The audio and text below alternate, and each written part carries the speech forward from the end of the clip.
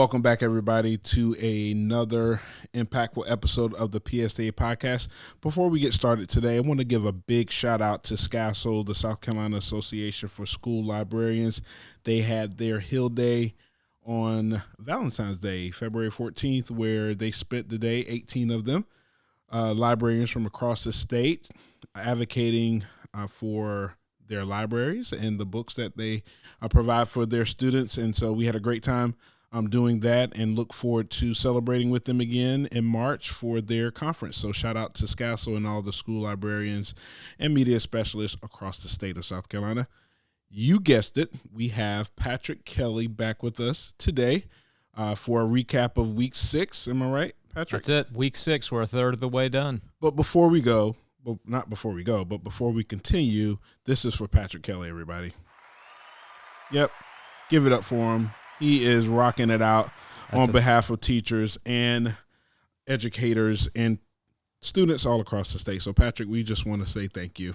Appreciate it. That was a lot of energy behind that clapping, though. I don't know if I have that at the end of a week. Yeah, it was pre-programmed, so it's going to be the same every time I press that button. So, anyway, for our listeners in Alaska and South Carolina mainly, let's talk about this week. Yeah, it was an interesting week at the State House because after 5 action-packed weeks of really kind of impassioned educational debate on issues like educational scholarship accounts and transparency in curriculum, it was a calm week for education at the State House. No real floor action to speak of in the House or the Senate as it relates to education.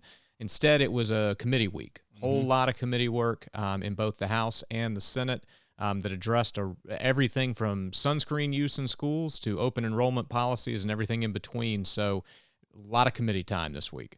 Yeah, so when I was up there, I believe it was this week and it could have been last week, you helped me remember, the full Senate Education Committee passed out of full committee Senate 418, which dealt with Read Succeed. And there was a lot of questions towards the end of that vote to vote it out. Can you talk about that a little bit? Because we have heard some chatter about that bill. Yeah, so that bill is currently sitting on the Senate calendar. It came up today, Thursday, for potential floor debate, but a senator put their name on the bill, which moves it to the Senate contested calendar, which means that it's not likely to come up for debate until that senator has their concerns addressed, which can sometimes just take a day. But that bill would alleviate and remove a lot of the Read to Succeed certification and training requirements that have been in state statutes since 2015. And it looks like the bill still has a strong chance of passing the Senate. It just got slowed down a little bit this week. Right. So anything else in the committee that you wanted to share that happened in committee work this week? Yeah, I mean, in the Senate side, they had 2 different education subcommittee meetings that dealt with 6 different bills. Probably the one that is the biggest priority for PSTA is a bill that would expand, there's the right X word, expand the same lottery enhancement scholarship to education majors that are currently available to math and science students. So in effect, enhanced scholarship money available for people pursuing a teaching career. The Senate has already passed this bill twice, once in 2020, but it didn't get across the finish line before COVID shut the world down, and then again last year, but it didn't get to the House in time for differences in the House and Senate version to get worked out. So it's exciting to see this bill moving again, and hopefully this is the year that it finally makes it to the governor and becomes law. Other big committee action of note on the other side of the State House, the House Judiciary Committee held a full committee hearing on Wednesday where they approved H. 3591.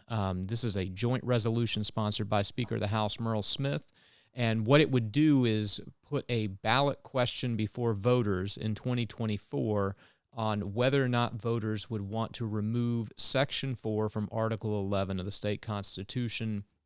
That is what is often referred to as the no aid clause of Article 11 of the Constitution that basically says the state shall not provide funding to private or religious schools.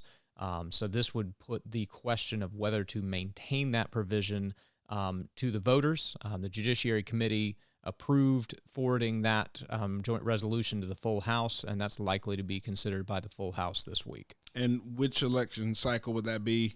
2024, and with a joint resolution to put a ballot question before voters, it takes 2/3 of the House and 2/3 of the Senate. So it does require a supermajority, but then if you get the supermajority and it's on the ballot in 2024 as a question, it just takes a simple majority in that election. Patrick, thanks for that update. So what's coming up next week? Well, next week there'll be some things on the floor of the chambers. The life scholarship bill in the Senate will hopefully get some time.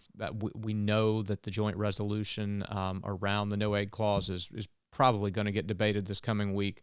But it's also budget week in the House Ways and Means Committee. So the Ways and Means Committee has the constitutional requirement to start the budget process. And so this week will be the week that they release their draft of the state budget for fiscal year 24.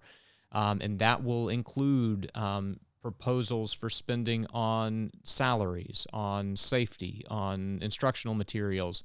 So this will be the first concrete look at what the General Assembly wants to do. Now, there's still a lot of work to do between the Ways and Means Committee releasing their budget and this finally making it to the governor's desk sometime in late May or early June.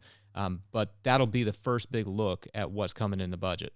Yeah, and I think for our listeners out there, educators, just be mindful as you're receiving those weekly legislative updates from Patrick. It could change. The numbers could change because, once the House starts figuring out what they want to put in it and it goes to the Senate, that could change. But just keep an eye on what we share so you have the most updated information, and keep tabs on this podcast and also Patrick's legislative updates on every Friday and also his legislative minute on Sundays, correct? Yeah, Sunday is typically just a quick email with some easy action items that take you a minute or less to be able to engage in the policy process. All right, perfect. Well, Patrick, it's been great. Thank you. We hope to see you next week, and we'll give you a round of applause maybe next week. We'll see what else is on this board to make you feel good about your job. So thanks again, Patrick, and everybody. This has been another impactful episode of the PSTA podcast. We'll talk to you soon.